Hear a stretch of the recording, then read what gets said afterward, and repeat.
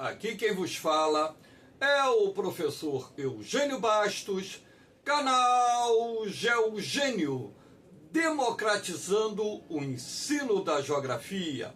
Moçada, vamos fortalecer o canal, se inscrevam no canal, dê aquele like, compartilhe o vídeo e ajude o professor Eugênio Bastos a democratizar o ensino da geografia.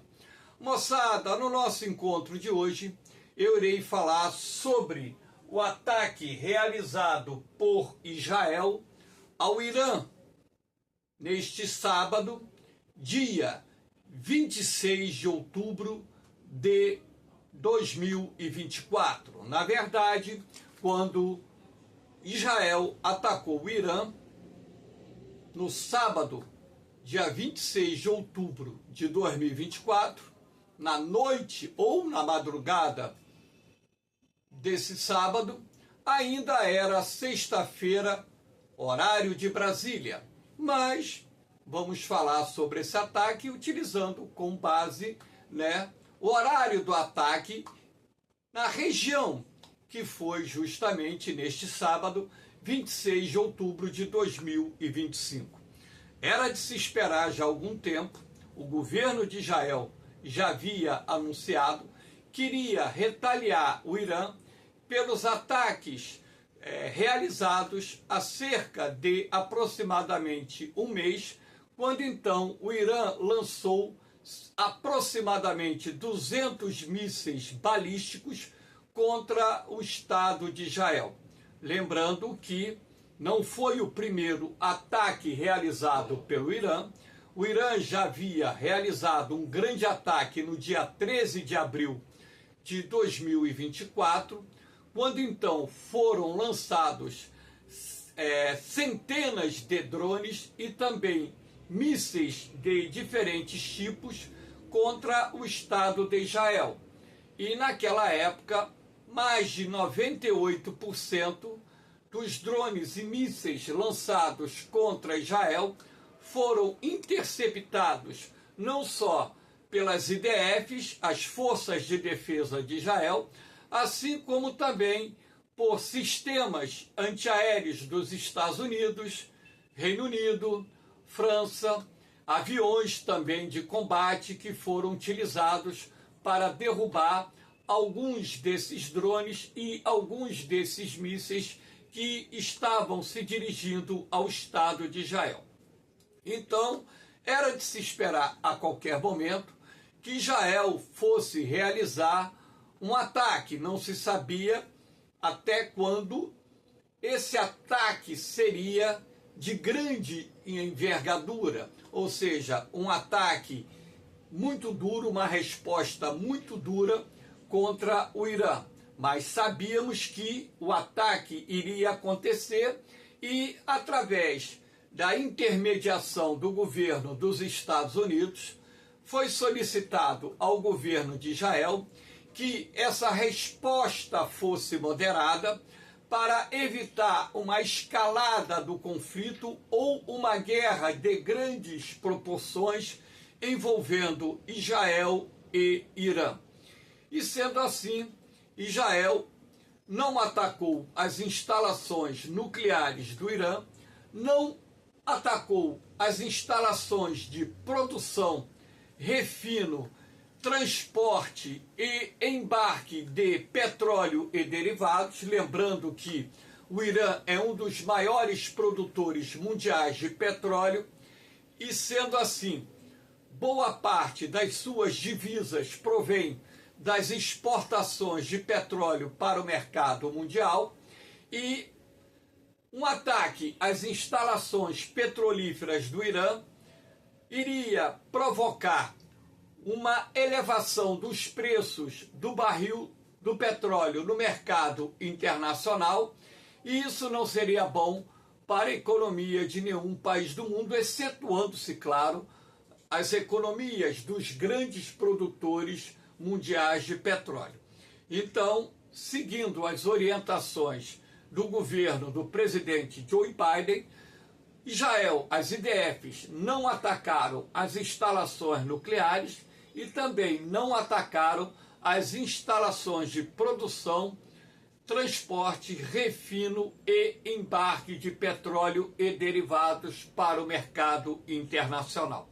Dentro desse contexto, estarei falando sobre os ataques realizados por Israel na madrugada deste sábado ao Irã, madrugada que eu digo, horário lá no Irã, início da noite aqui no horário brasileiro, e sendo assim, procurar abordar de uma forma bastante isenta, sem tomar partido de um lado e muito menos do outro, até mesmo porque o canal Geogênio ele se caracteriza por ser um canal apolítico que foi criado única e exclusivamente para dar suporte aos alunos que estão se preparando para os concursos e também oferecer um conteúdo com informações verdadeiras àqueles seguidores do canal que gostam da geografia, gostam da geopolítica, enfim. Então, espero que vocês entendam esse posicionamento do professor e do canal Geogênio. Havendo qualquer dúvida, deixe aí a sua pergunta na parte dos comentários, que eu terei o máximo prazer de respondê-la. Então, aqui nós temos, vou fazer um breve relato, falando sobre o início das hostilidades entre Irã e Israel. Lembrando que o Irã foi o primeiro país muçulmano a reconhecer a existência do Estado de Israel em 1978, numa época em que o país era governado pelo Shah Reza Pahlavi.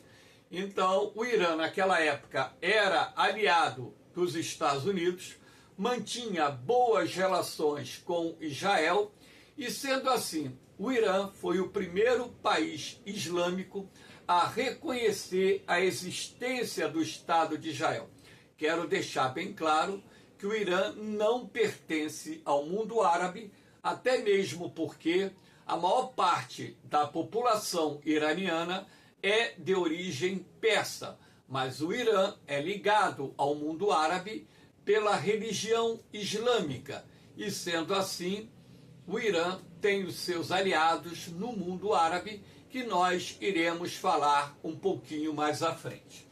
Então, em 1979, ocorreu a Revolução Fundamentalista Islâmica, lá no Irã, que derrubou o governo do monarca Shah Reza Pahlavi e, sendo assim, a partir desse momento, o Irã se transforma num Estado teocrático, portanto, um Estado onde a religião e política caminham lado a lado, e passou a ser governado pelo Ayatollah Khomeini.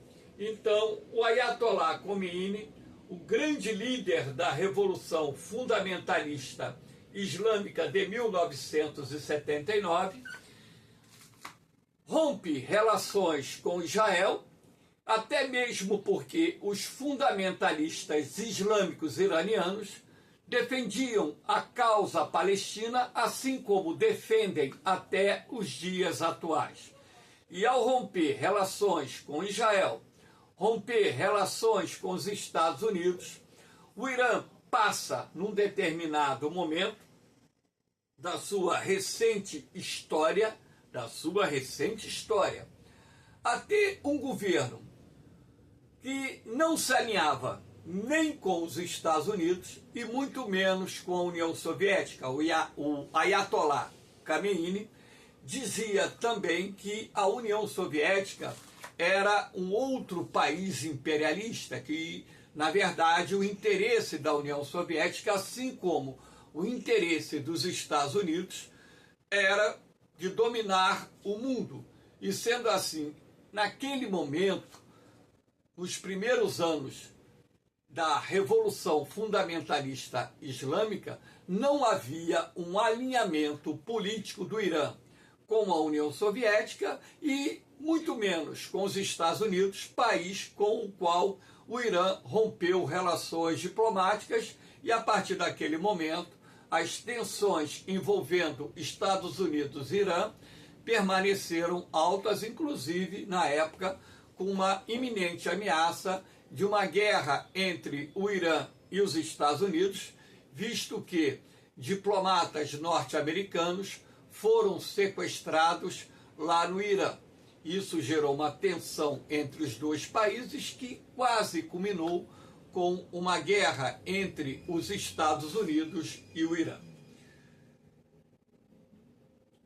Aqui nós temos Força Aérea de Israel utilizou mais de 100 caças para atacar o Irã, que faltou mais de 100 caças. Aqui nós temos, as prováveis rotas que foram utilizadas, pelos aviões de Israel, e esse ataque foi realizado principalmente com F-35, que é um caça de última geração, quinta geração, caça furtivo, que dentro da sua categoria é considerado o mais avançado do mundo, um caça de difícil detecção para os radares, e também foram utilizados F-16, não há informações sobre a utilização dos F-15. Então, a Força Aérea de Israel é composta por modernos aviões que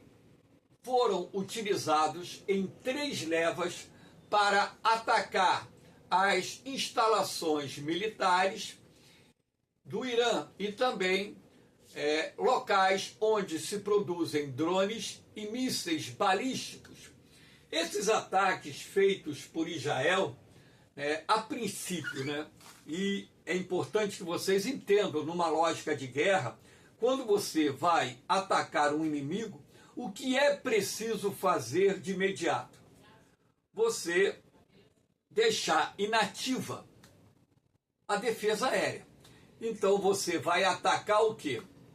As instalações, as unidades de defesa aérea do país, para que reduza ao máximo as ameaças de você ter aviões derrubados pela defesa antiaérea. Então, a primeira onda de ataques efetuada por Israel mirou o sistema de defesa aérea do Irã para reduzir a capacidade de resposta do Irã às ondas que viriam a seguir, a segunda e a terceira onda.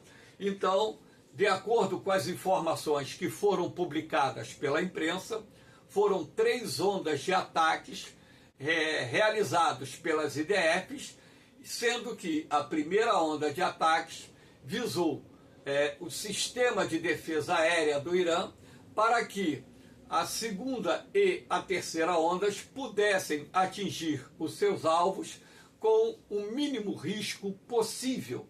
Então aqui nós temos esse mapinha com as eventuais rotas. Eu acredito que, na verdade, os aviões devem ter sobrevoado o espaço aéreo da Jordânia, do Iraque, para atingir os alvos localizados no território do Irã. Provavelmente pode ter cruzado também o espaço aéreo da Arábia Saudita. Claro que tudo isso, vamos dizer assim, a Jordânia e a Arábia Saudita, o Kuwait, caso também aviões tenham passado pelo espaço aéreo do Kuwait, tenham dado autorização para que esses aviões de guerra pudessem passar pelo espaço aéreo para evitar qualquer atrito diplomático com esses países. Aqui nós temos um mapinha que foi publicado, que fique bem claro também na cabeça de vocês, que as primeiras informações estão chegando no dia de sábado. Então, na verdade, nós não temos verdadeira dimensão desses ataques, a quantidade de alvos que foram atingidos, a quantidade de cidades onde se encontram essas instalações militares, Então nós temos notícias preliminares e eu acredito que o próprio governo do Irã não vai divulgar, o tamanho da operação feita pelas IDFs, não vai divulgar as perdas os prejuízos, né, causados por essas 3 ondas de ataques efetuadas pelas IDFs, e eu até entendo que isso faz parte do jogo de guerra. Assim como nós precisamos esperar ainda a liberação das imagens de satélite para que tenhamos uma noção mais profunda da dimensão desses ataques realizados por Israel ao Irã.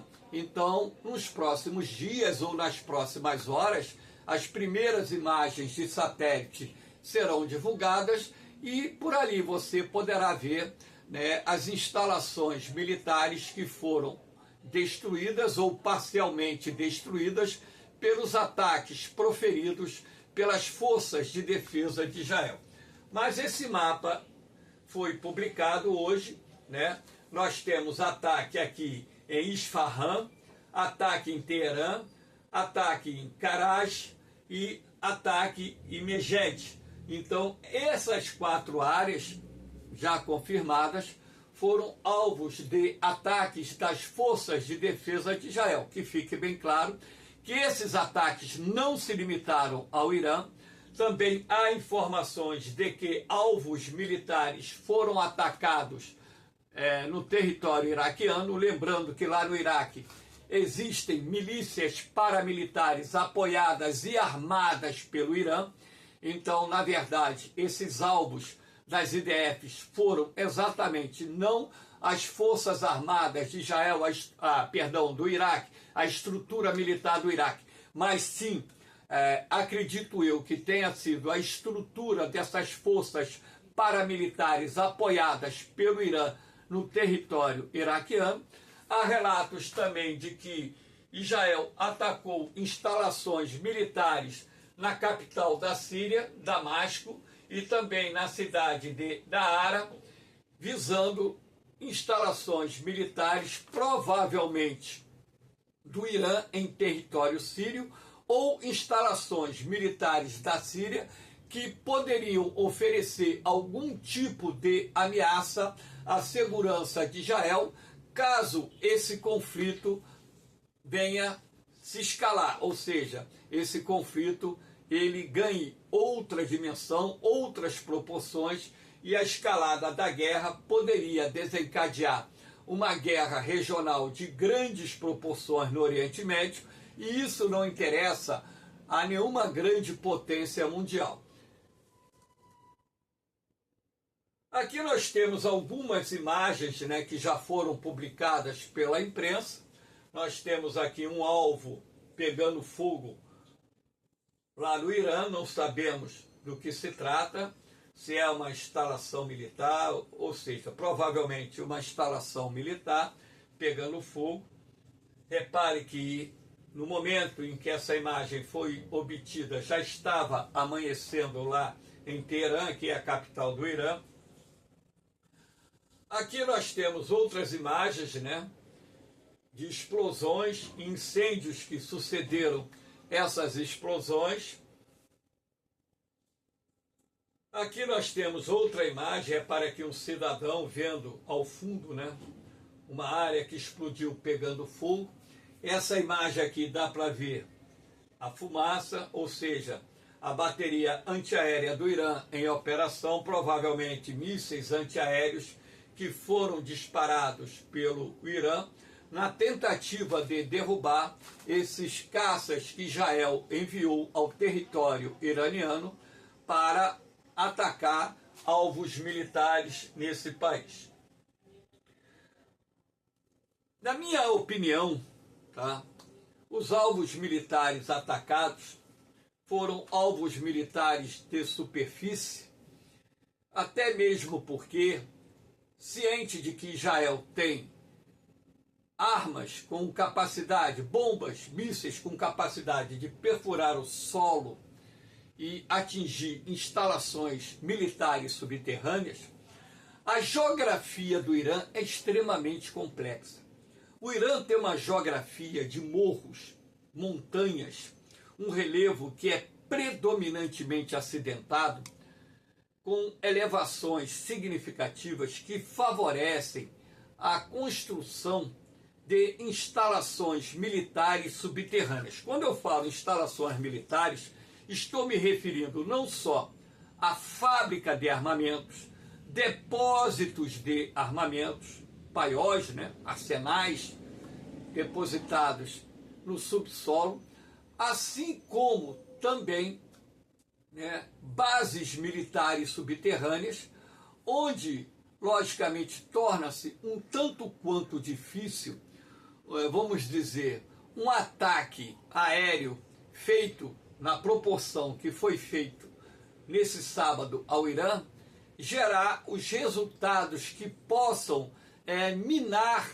duramente ou incapacitar o Irã de continuar produzindo suas armas, de continuar mantendo seu poderoso arsenal no subsolo, e sendo assim, eu acho que esses ataques, na verdade, eles foram uma resposta cujo objetivo principal seria incapacitar as unidades de produção de drones e mísseis balísticos, que são, na verdade, aquilo que mais ameaça a segurança do Estado de Israel, e dizer ao governo do Irã que Israel pode alcançar qualquer alvo no território iraniano.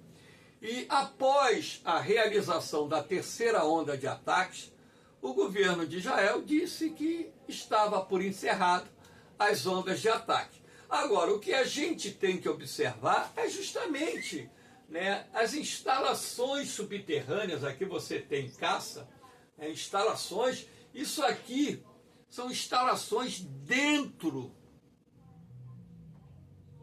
do solo, lá embaixo, a dezenas de metros de profundidade, o que torna muito difícil uma eficácia grande através de um ataque maciço, você incapacitar, por exemplo, a infraestrutura militar do Irã. Aqui você tem, por exemplo, uma instalação subterrânea, né, com mísseis, inclusive aqui com a imagem do Ayatollah Khamenei, que é o atual líder religioso do Irã, e a quantidade de mísseis balísticos que o Irã produz é muito grande, o arsenal do Irã é muito grande, o Irã está fornecendo mísseis à Rússia. Quem poderia imaginar que o Irã um dia iria fornecer mísseis e drones para a Rússia utilizar na guerra contra a Ucrânia? Então a quantidade de armas que o Irã tem, subentende-se que é algo surreal.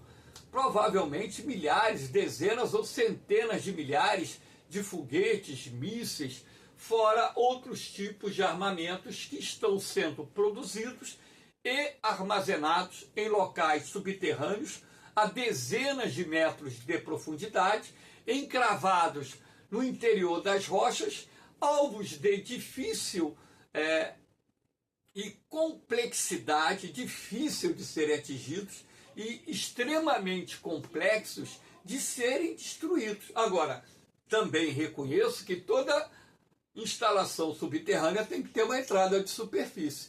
Então você pode até atacar essas entradas de superfície, que consequentemente dificultaria, né, durante um determinado período o acesso a essas instalações subterrâneas. Dificultaria o quê? Alguns dias, algumas semanas, mas essas instalações subterrâneas estariam, no meu entendimento, a salvo em função de estarem localizadas a uma profundidade que normalmente as armas existentes no mundo, não só em Israel como nas grandes potências militares, não teriam capacidade de atingir determinada profundidade. Isso se deve, como eu disse, à extrema e complexa geografia do Irã, que tem um relevo muito acidentado, com muitos morros e montanhas, o que facilita a construção dessas instalações subterrâneas, e a própria geografia de morros e montanhas dificulta a eficácia de ataques aéreos, sejam eles realizados por aviões ou por mísseis, a essas instalações. Por isso que eu coloco em dúvida a eficácia desses ataques feitos por Israel, que, segundo as forças de defesa de Israel, teriam visado principalmente a infraestrutura militar, fábricas de mísseis e drones, assim como depósitos de mísseis e drones, e a gente vai esperar, na verdade, novas informações sobre os ataques, mesmo sabendo que boa parte das informações, ou boa parte, né, vamos dizer, dos alvos que foram atingidos, de repente, levaremos dias para conhecer, porque iremos depender das imagens de satélite para poder mostrar as áreas que foram atacadas no território do Irã com maior precisão. Então, aqui nós temos, né? As instalações nucleares e petrolíferas foram poupadas a pedido dos Estados Unidos. E eu até entendo, você vai, por exemplo, uma coisa é você atacar, vamos dizer, uma usina nuclear em construção, como o Iraque fez na década de o Israel fez na década de 1980 ao Iraque. Destruiu a usina nuclear que estava sendo construída no Iraque e outras instalações nucleares que estavam sendo construídas no Iraque. A outra coisa é você atacar uma usina nuclear em operação. Você vai destruir uma usina nuclear em operação, o que isso vai gerar? Um acidente nuclear de grandes proporções, porque você vai ter o vazamento da radiação. E nós temos que lembrar que Israel fica a aproximadamente 2.000 quilômetros do Irã. E dependendo da direção do vento, a nuvem radioativa pode chegar ao estado de Israel. Então você atacar uma usina de enriquecimento de urânio também tem o mesmo problema no vazamento da radiação. Então, Israel poupou as instalações nucleares do Irã a pedido dos Estados Unidos. Eu acredito piamente que, se não fosse em função da solicitação do governo norte-americano, provavelmente Israel teria destruído as instalações nucleares de superfície. Agora, tem que lembrar também um outro aspecto. O Irã possui muitas instalações nucleares subterrâneas. Da mesma forma que as instalações militares, essas instalações nucleares subterrâneas seriam dificilmente atingidas por um ataque israelense. E também poupou, né, as instalações petrolíferas para não causar um movimento especulativo no mercado do petróleo e isso determinar uma alta substancial do preço do barril do petróleo no mercado internacional. Então nós entendemos, né, e temos que lembrar também que Israel é um país que depende da importação do petróleo, e isso também acabaria tendo um custo adicional para Israel. Aqui nós temos o comparativo militar entre Israel e Irã, né? Eu, numa aula anterior, já tinha feito essa demonstração, não com essa imagem, mas com uma outra imagem, mostrando a vocês, de uma certa forma, porque arsenais de guerra, ninguém vai divulgar efetivamente o seu quantitativo em nenhuma das forças armadas, Marinha, Exército e Aeronáutica. Ninguém vai dizer a quantidade de armas e equipamentos militares que possui.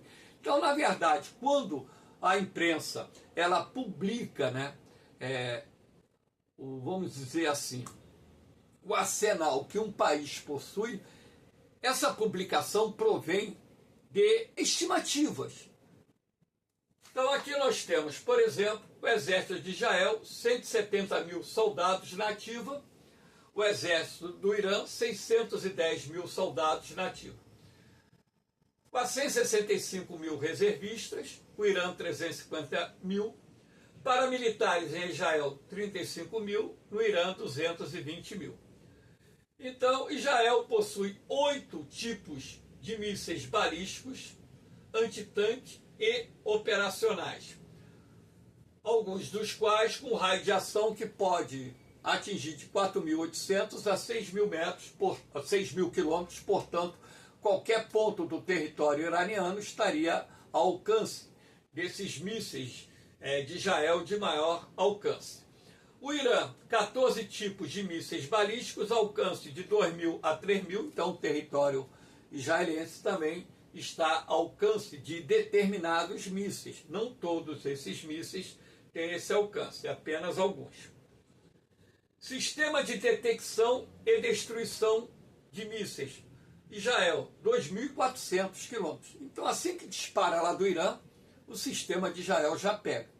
O do Irã é mais curto, 320 quilômetros. Então, o tempo de resposta para as baterias antiaéreas é muito menor no Irã.